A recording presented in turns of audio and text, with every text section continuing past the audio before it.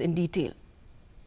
The state BJP is all set to lead a delegation to New Delhi to meet the Union Education Minister Dharmendra Pradhan and discuss the Northeastern Hill University impasses.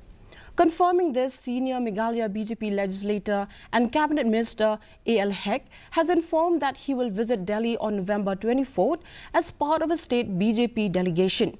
Meanwhile, BJP spokesperson M. Kharkarang also said that the visit underscores the growing urgency to address the unrest and find a resolution to the grievances of NEHU students. To Delhi on the 24th, I've already asked the office of the Honorable Education Minister.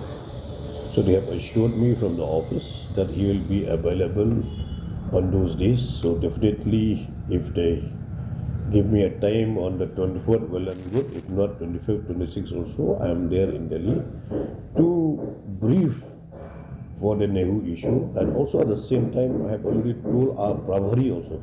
Delhi has always, whatever appointments they have given all, and to various maybe public sector undertakings or whatever, they always look at the first thing is that efficiency of the person and all.